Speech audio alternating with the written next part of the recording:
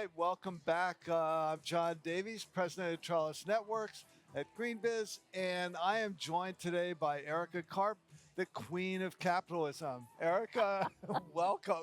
Well, thank you. How kind, or maybe how not so kind. Well, okay, what are you really? Explain to our audience. I've been involved in sustainable investing for many years, and I actually really just prefer to call it investing. It's just investing. And I believe in capitalism, but I believe we have to reform it. And I'd rather do that than blow it up, but we need to do something. Well, we've been talking a lot today about ESG and specifically around a lot of E, some S, but there hasn't really been too much of a conversation around the G, right? Around governance. So what's the role of the board? Because that's really the puppet master that drives a lot of things. So where do you see where boards are and where do they have to go? Right. Well, I mean, arguably the G, the governance, in the E and the S and the G, governance is first among equals. If a firm is not thinking about the environmental and social issues around it, well, then it's not well governed, period. And so again, governance it's way more than just the board. It's all aspects of what the board does oversee, right? And so when we think about functions related to board governance, we have to think about compensation. We have to think about incentive structures throughout the organization.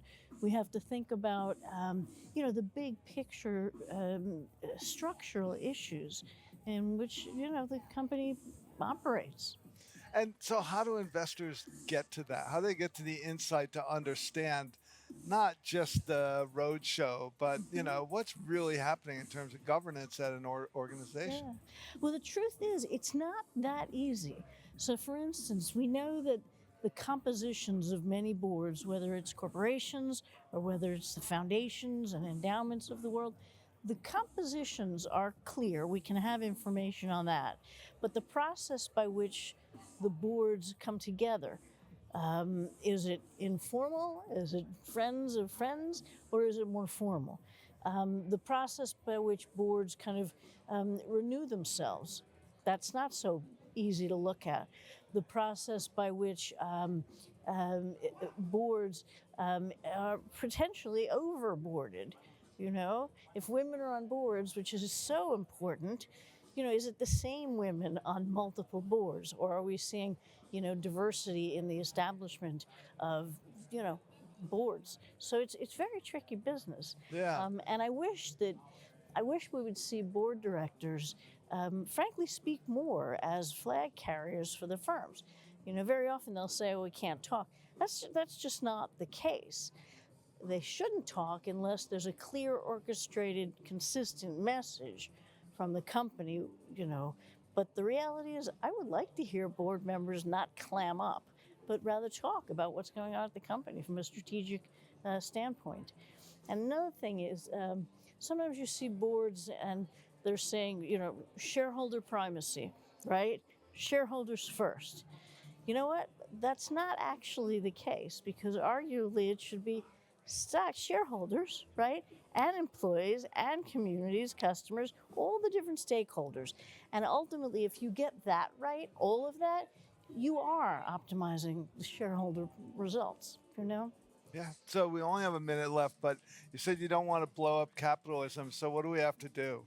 I think we have to think of a form of capitalism that gets rid of the short-termism. So that's the incentive structure change. We need to have a form of capitalism that addresses the structural inequities that we've seen in the past. We need to have a form of capitalism that does offer, good regulation, transparency, a capitalism where there is a safety net. So a more expanded kind of emotive form of capitalism that is not extractive, but rather inclusive and regenerative. Okay, 10 seconds. Are we going to get there? Maybe. I know that's a cop-out, but maybe. All right. I've been with Erika Karp, now with the Aspen Institute. Thanks, Erika. It's a pleasure. As always, a pleasure.